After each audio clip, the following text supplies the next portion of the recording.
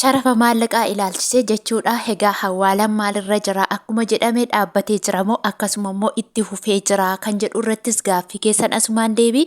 Akkasumas illee immoo gabaan gurraachi guyyaa har'aa meeqaan akka oole dabalataanis immoo baankiin illee meeqaan akka jiru waliin ilaalla. Egaa guyyaan har'aa jechuudha.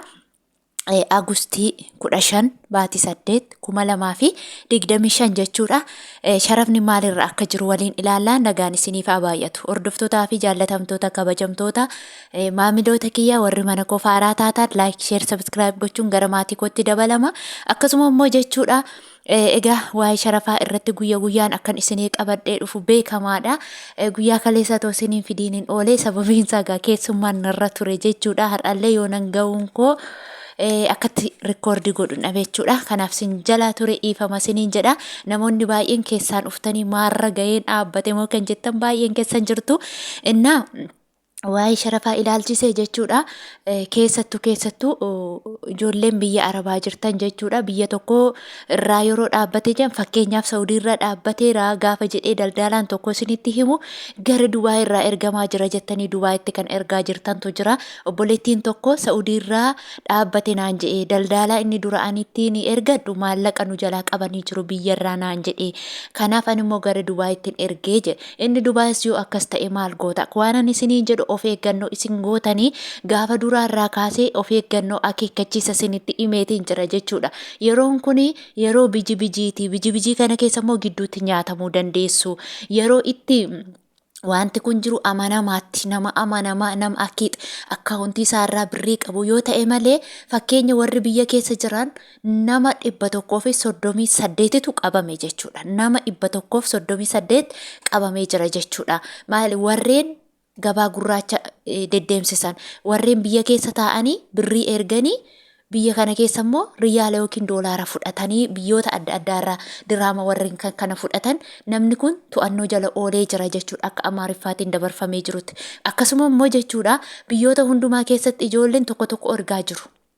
Fakkeenya eeggadda gaafa nama ergi argeeraan mucaan tokko ergitee Saawudii irraa jechuudha guyyaa 5 isa bira bule. Gaafa dura ishee harkaa fuudhe birriin meeqaan jira jedhee 23 jira jedhee ishee harkaa fuudhe.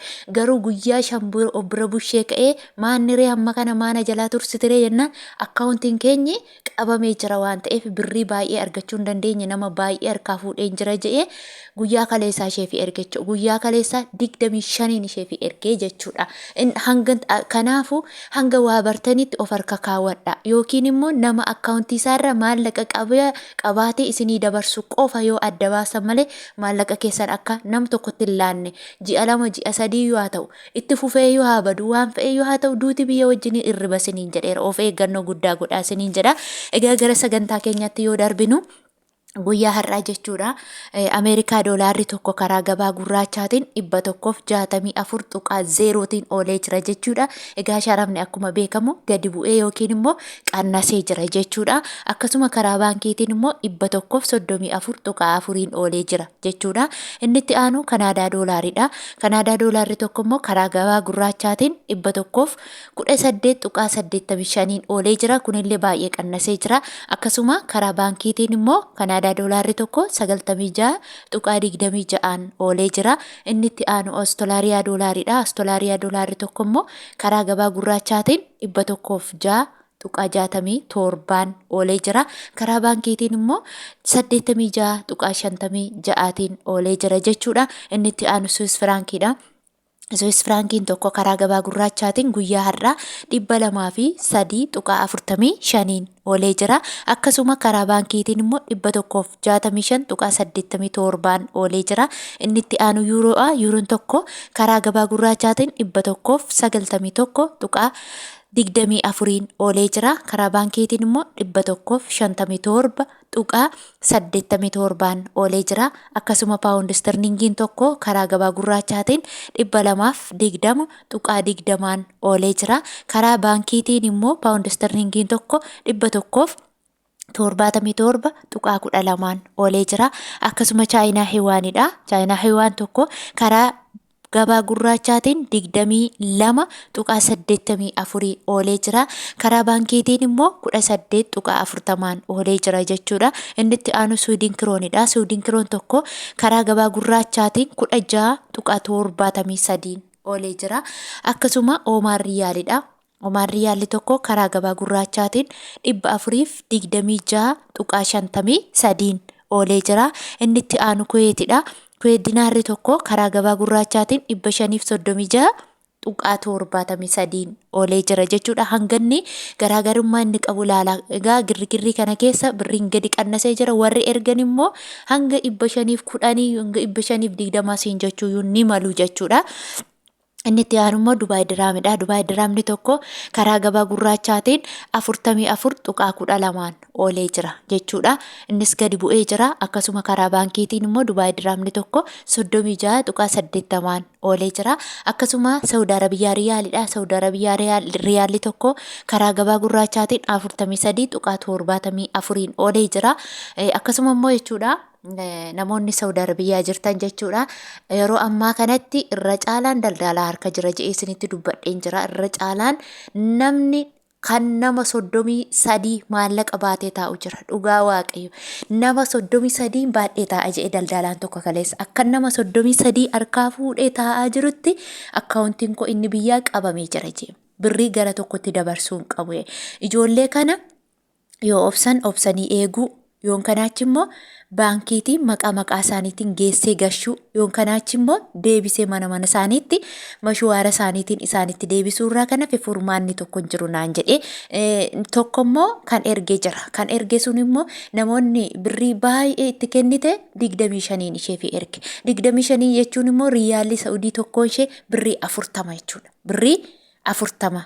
Akkasuma immoo namoota xixiqqoo qaban immoo 26 fa'aa jira jechuudha. Kana jechuun 38 tti gadi buusee jira jechuudha. Kanaafuu obsa isin barbaachisa. Obsa guddaa isin barbaachisa. Ji'a lamaaf qabadhataa hin beekama.